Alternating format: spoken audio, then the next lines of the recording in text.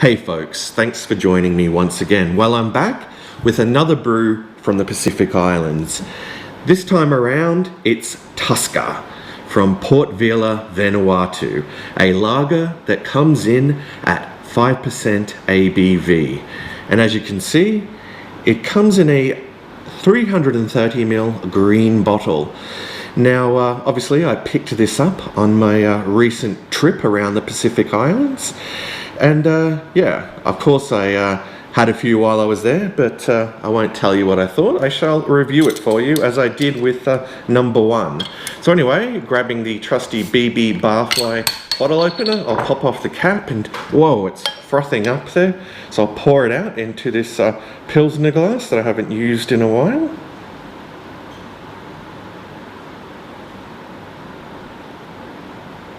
Okay, get it all out of there. Okay, and I'll plunk it down.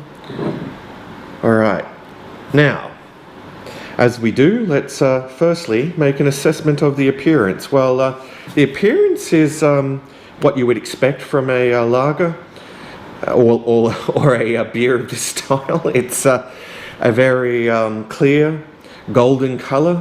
It's quite effervescent, this one.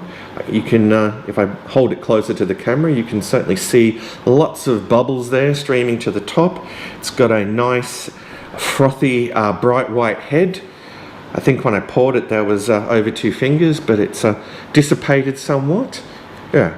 Alright, well on to the aroma. Alright, well I'm getting a very faint smell of grains and perhaps just a little hint of citrus.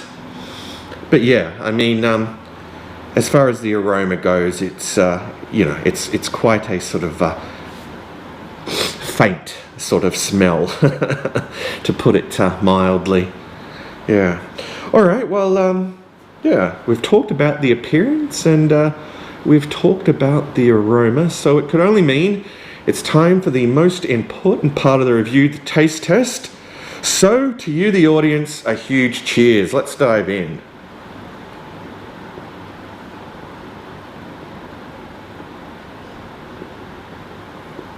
Alright, well, up front, I'm getting that typical taste of sweet grains. Although it's not overly sweet, the bitterness is pretty much non-existent here. Yeah, I'm not really picking up any sort of hop presence, although, you know, it certainly does contain hops, because on the label here it says ingredients: water, malted barley, hops and sugar. It's interesting, isn't it? Alright, well, yeah, I must have another gulp.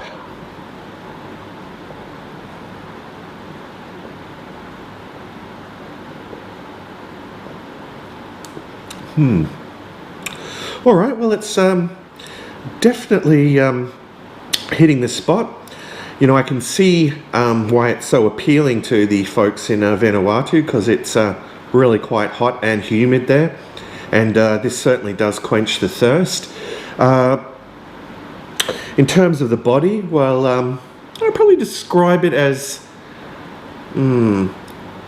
light-bodied. Yeah, it's definitely a light-bodied beer, but it you know, it doesn't have that horrid sort of mineral water taste that some beers, you know, that are on the lighter side have. Yeah, it's definitely, you know, still, you know, got that that beer taste that one enjoys. But as far as, you know, the overall flavour goes, well, shoe fly, good grief. I thought I got rid of all the flies in here today. Well, yeah, look, as far as the flavour goes, it's very inoffensive, and yeah, the drinkability is going to be you know, astronomically high for this one. Yeah, you could yeah, go through a carton of these with ease. Alright, well, I think it's time for me to wrap this up and give it a score out of 10.